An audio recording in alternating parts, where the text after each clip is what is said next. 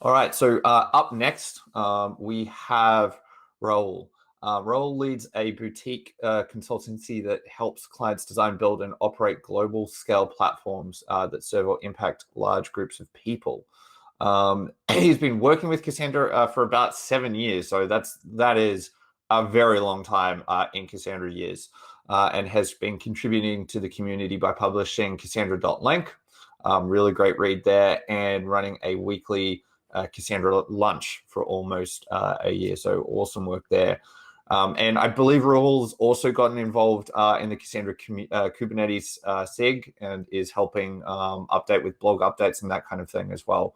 Rahul's talk is about making Cassandra easy, right? And we're certainly hoping that 4.0 does that for you as well. But I think Rahul has a bunch of awesome ideas as well around this. So we'll kind of go through some really exciting what-if scenarios. So with that, Rahul, over to you, man. Hey, everybody. Thank you, Ben, Melissa, for hosting, co-hosting, and that made for awesome. You know, I love Cassandra because it has great potential. It's one of those technologies where once you understand it, you're just like, oh my God, this is what it does. And then you realize all these huge companies are using it. And then you're like, of course they're using it, because there's no other technology that can do it. I tell people, the big companies in the world, Cassandra is the last station on the train track. Like, eventually you have to use it. There's really nothing else going on in terms of the open source world that can, compete. So super glad to be here. My day job, I build design platforms, and these days I'm training architects, engineers, and operators. And so, my job is now becoming not necessarily building the platforms, but building up the people that are building the platform. So I like to say, I help people build platforms that run the world. And I'm super glad that technology has come to a point where, as Melissa, Autumn was saying, it's available, it's open source. This technology used to be inside these big commercial companies that only a few people could access, right? And so now it's available to everybody. So initially, this talk was titled "Make Cassandra Easy."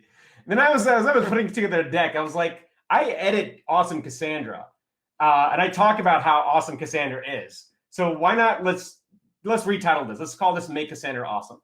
The biggest thing that I've seen in Cassandra is that it's a technology that can eventually meet the original promise of the internet. Did you know the internet was originally called the Intergalactic Computer Network? Because JCR Licklider did not have any better name. So he was like, I'm at a loss for a name.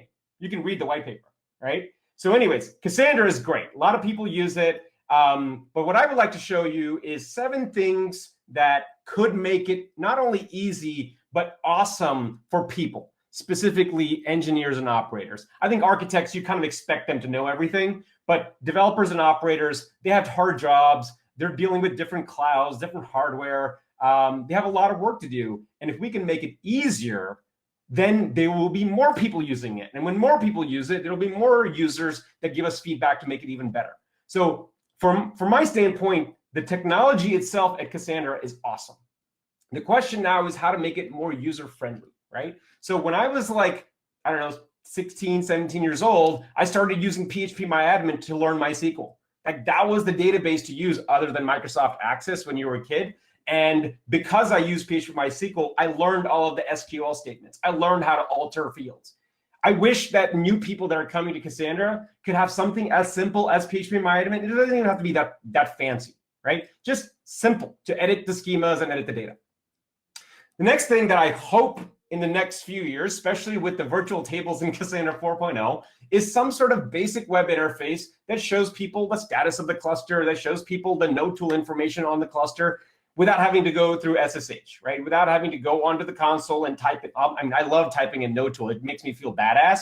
But honestly, to be able to just go click on, like Solar, for example, right? Not a great interface. I'm not hating on it, but it's pretty simple, right? It works.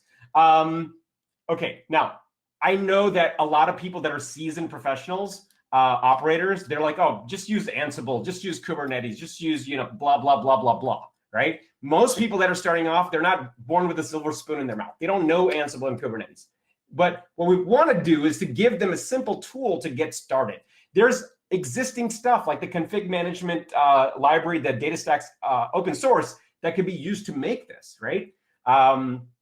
Web-based table stats, data profiler. Now, this is kind of getting ahead of the curve, right? Not a lot of databases give you this, but we're not just talking about making Cassandra easy, right?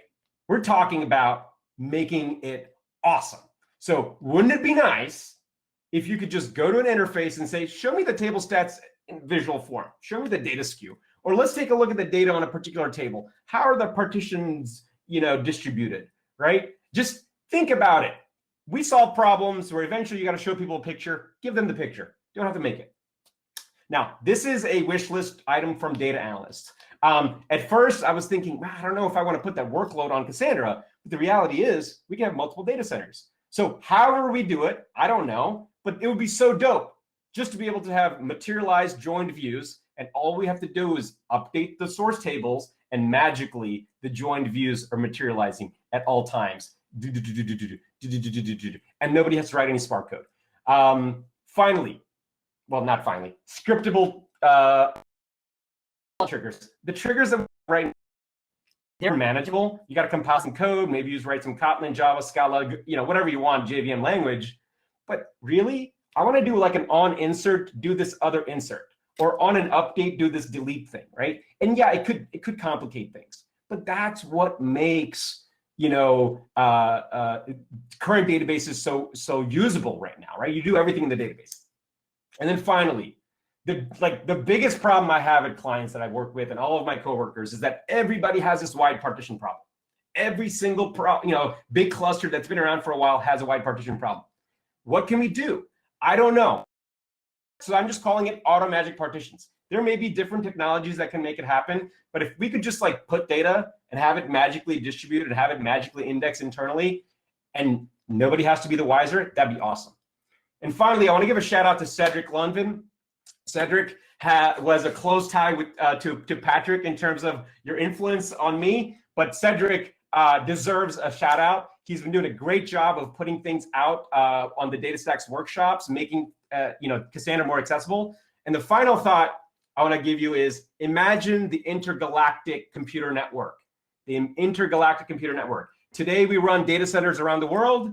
Maybe the next 10 years of Cassandra, we're going to be running data centers on the moon, Mars, and Earth. And maybe the next 100 years, some variant of Cassandra could be running on other galaxies. Thanks, everybody. Appreciate it. Thank you for everything.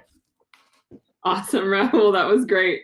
You did a great job flipping through the slides and adapting as we went. Thank you so much. And appreciate the shout out to the community. It really is the community that makes all this stuff happen. It's not done by, bots. It's done by us. So appreciate all the shout outs to the community. All right, cool. Thank you.